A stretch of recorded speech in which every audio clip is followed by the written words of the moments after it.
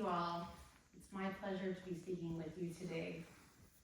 Congratulations on your pinning. It's such a great accomplishment. I remember when I got pinned, and the overwhelming feeling is just so memorable. So I want you to take a second to reflect on what do you want to do. You heard Dr. Chu kind of read different stories of my life, different chapters of what I've accomplished. So what's going to be the next chapter in your book? So I've been in the field for 20 years. I've seen a lot of interesting things and a lot of scary things. You might not realize where the next path may take you, but understand that you have the knowledge and resource to get you where you need to be. Early on, I knew I was meant for the lab field, but I didn't know how to get there. I can remember as early back as when I was 2 or 3 years old. My sister was playing in the sandbox, but yet I was sitting on the patio, inspecting the bugs. Why did some bugs have 4 legs while others had millions? Why did some bugs fly while birds flew too? How did that happen? That incentive in me to request more knowledge kind of made me who I am today. It got kind of weird too. When I was 10 years old, my mom would find me making concoctions in the kitchen. So I would take some of her eye wrinkle cream and I'd mix it with baking soda, and I wanted to see if it would expand or what would fizz or what color changes would happen. This was a little lab scientist in the making, but no one knew it. So I loved the hands-on experience, creating new adventures. You are going to create new adventures. You play a vital role in diagnosing and treating your patients. Your spectrum is vast. You can collect specimens, you can perform tests to support the needs of the doctors and other medical professionals as they detect the diseases to treat patients. When I was working on the bench, I felt like I was the detective. I was always searching for the reason on why people felt so sick. It was exhilarating for me to find those answers, to solve those problems. You are the next generation of investigators.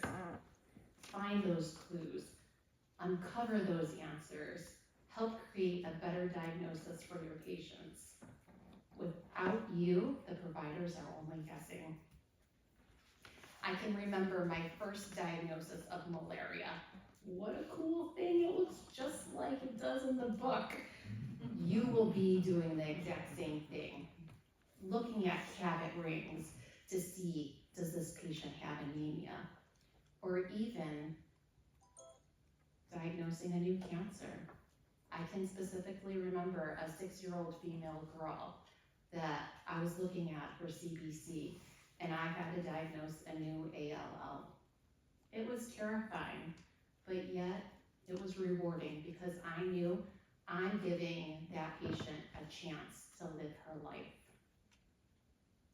The healthcare world is your oyster.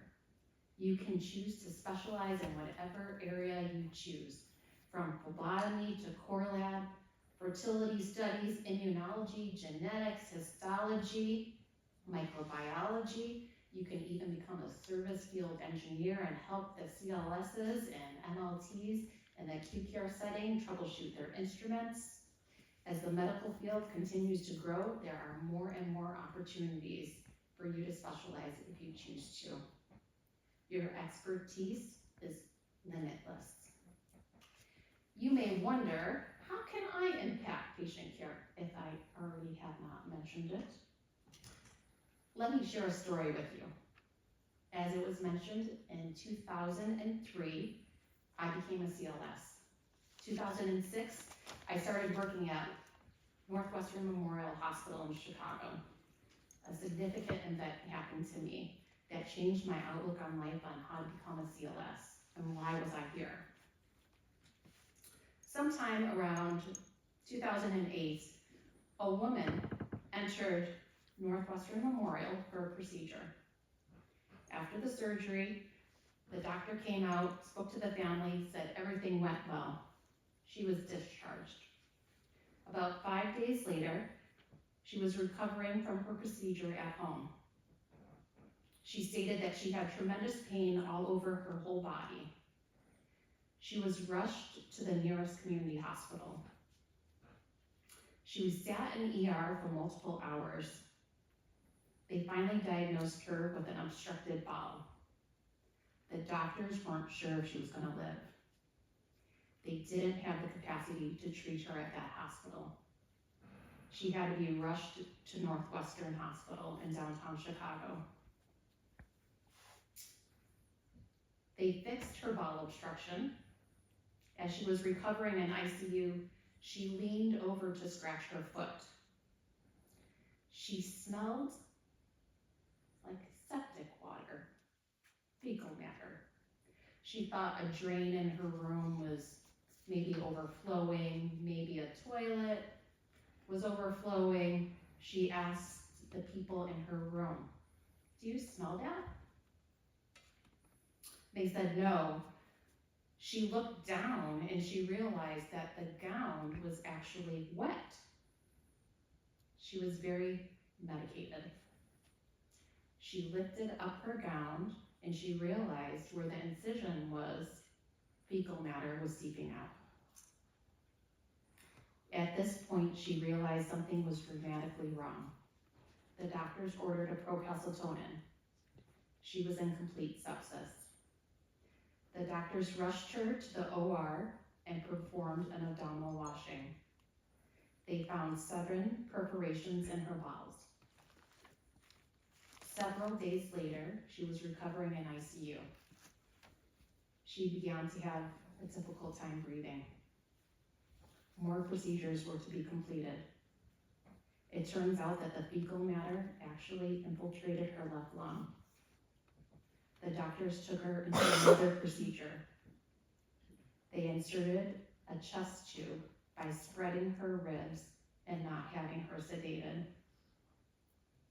The person that was collecting her specimen left the specimen on her bed unlabeled. The patient was in horrible pain. She didn't even realize that her specimen was at the head of her bed. After several hours, the family asked for the results of the lung fluid. The nurse called the lab. The lab stated that they never got the specimen. The RN had to tell that patient, "We have to go back in and redo the procedure." The patient was hysterical. The patient was me. At that point, I decided to go into leadership because I wouldn't allow anything like this to happen to any of my patients. Always remember, at the end of every specimen is a human being. I was hospitalized for 5 months, in ICU for 3. I received 23 units of red cells, 19 procedures. If it wasn't for lab giving me the correct diagnosis, the correct blood products at the correct time, I could have died multiple times over.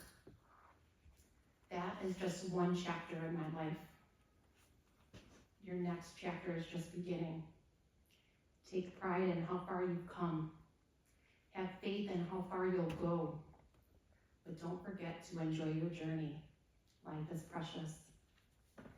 Yes, at times it can be stressful and overwhelming, but always remember, love what you do and do what you love.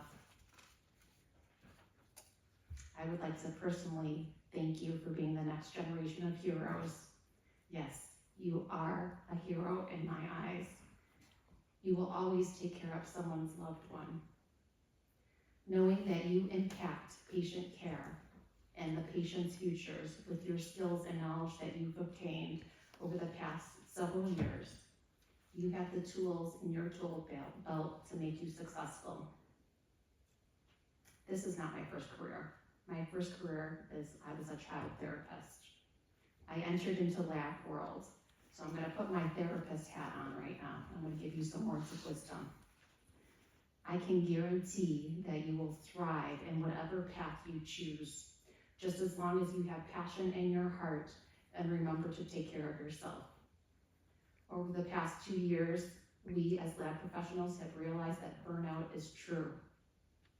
I'm giving you some tips of wisdom on how to combat that. 1, evaluate your options. If you have concerns, speak up. We are here to listen. Seek support. If you feel that something is going wrong and you need to speak with someone, talk to a family member, a friend, a coworker, a loved one. We will help you cope. Number 3, try relaxing activities, meditation and yoga. I mark off my calendar 3 days a week to meditate.